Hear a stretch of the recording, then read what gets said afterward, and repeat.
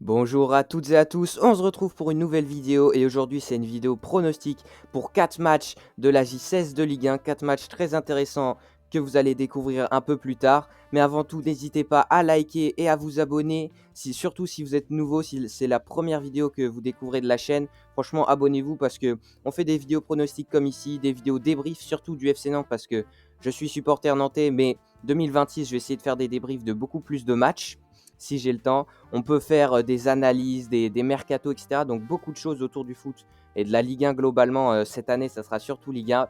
Mais voilà, je suis sûr que ça va te plaire, donc n'hésite pas à t'abonner. C'est parti. Avant toute chose, on fait un petit récap de mes pronostics, de mes anciennes journées. Donc on peut voir que j'ai un score parfait, 6 bonnes issues et 6 ratés depuis que j'ai commencé les pronostics. Donc, semaine dernière, j'avais pronostiqué un match nul 2-2 entre le PSG et Rennes. Bon, vous avez sûrement vu la claque que s'est pris Rennes, que ça n'a pas été exactement ça, donc un raté. J'avais pronostiqué une victoire de Marseille face à Lille et c'est Lille qui l'a finalement emporté, encore un raté. Et j'avais pronostiqué un troisième match, c'était Nantes-Lens à la Beaujoire. J'avais pronostiqué une défaite de Nantes 3-1, mais c'était seulement, entre guillemets, une défaite 2-1. Donc bonne issue, mais pas score parfait. Ce qui fait, voilà, un score parfait, 6 bonnes issues, 6 ratés. Les ratés commencent à remonter un petit peu. Je vais essayer de me rattraper sur cette journée. Allez, c'est parti. Avant les pronostics, on va faire une petite analyse très rapide, vous inquiétez pas, des deux équipes qui s'affrontent. Voilà, ça va être très rapide. Mais juste avant, le classement pour bien vous remettre en tête, avant les pronostics.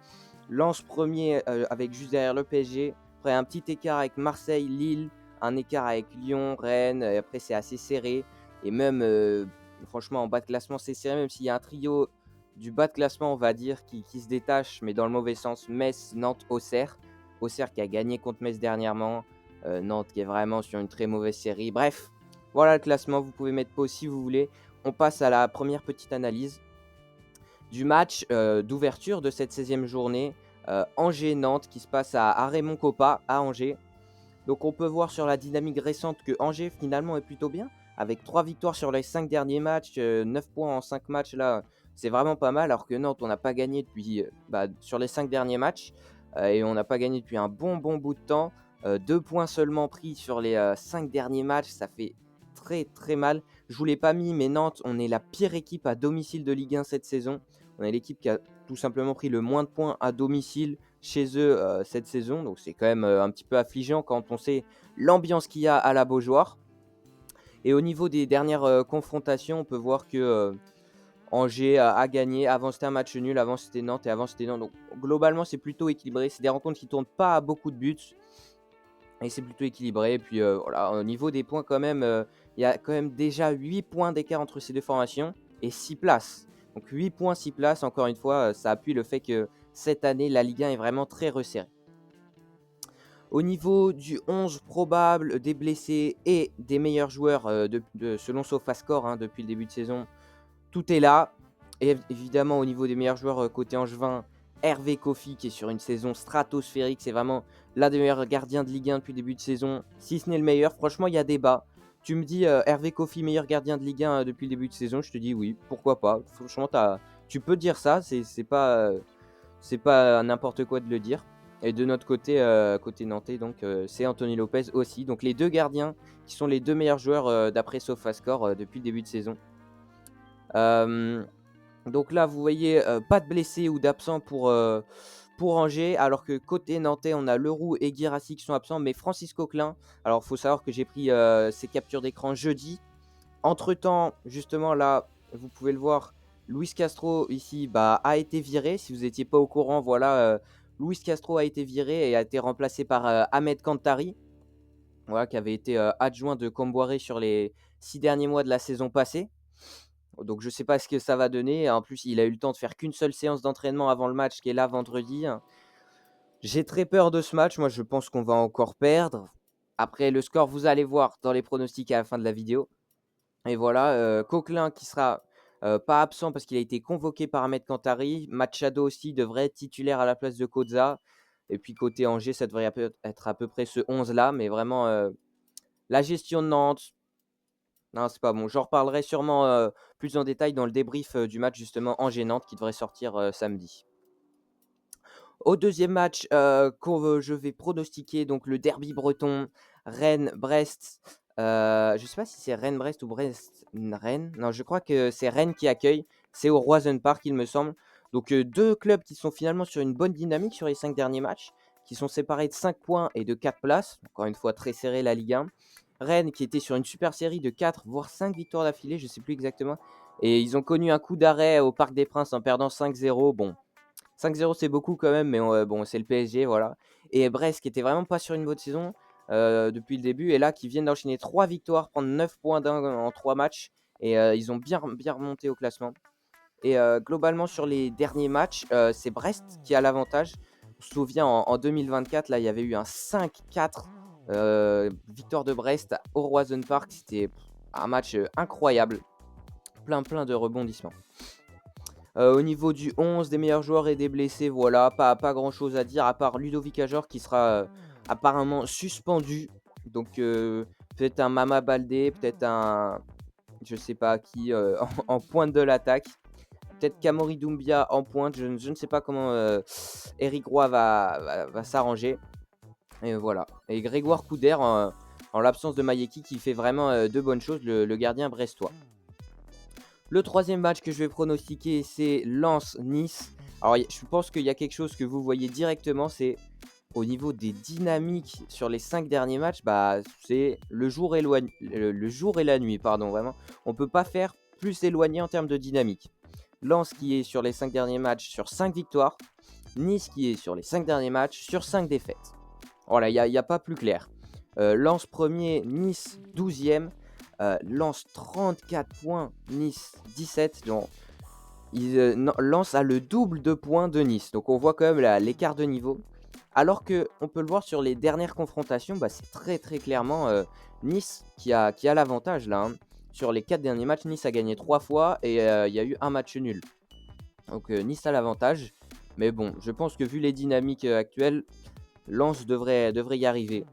Au niveau du 11 et des meilleurs joueurs, évidemment, dans les meilleurs joueurs, Beidou, Risser, Malanxar. La défense et le gardien très solide côté lensois. On retrouve Saïd et Thauvin. Et puis côté niçois, Yevan Diouf qui, franchement, il a pas de chance. Il arrive à Nice, c'est un très bon gardien. Et limite, il va jouer le maintien avec Nice. Bon, j'espère pas non plus pour les Niçois, mais ça commence à devenir inquiétant. Jonathan Klaus, etc. Sofiane Diop qui avait eu un coup de bien. Il était très fort pendant quelques matchs et là, il est de retour sur un niveau un peu moins bon.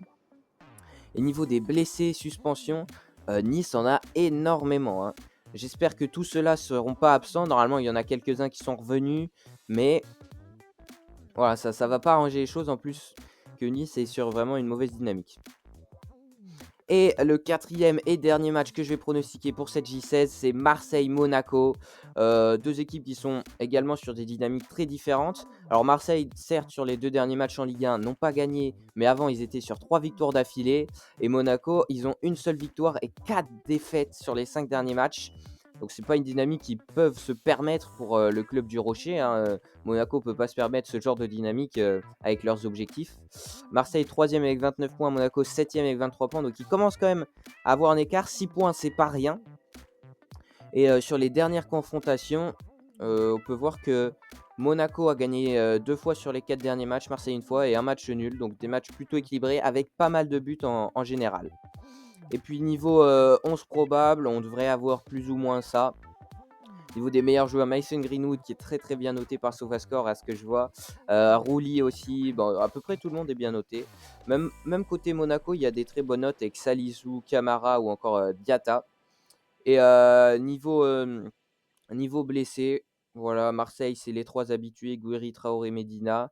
Et côté Monaco, Ansu Fati serait apparemment incertain. Je ne sais pas s'il est dans le groupe ou pas.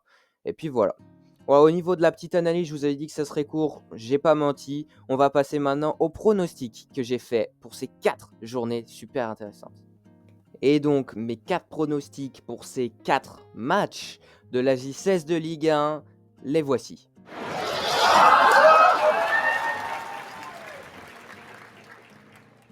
Je vois malheureusement une victoire de Angers 1-0 face à Nantes.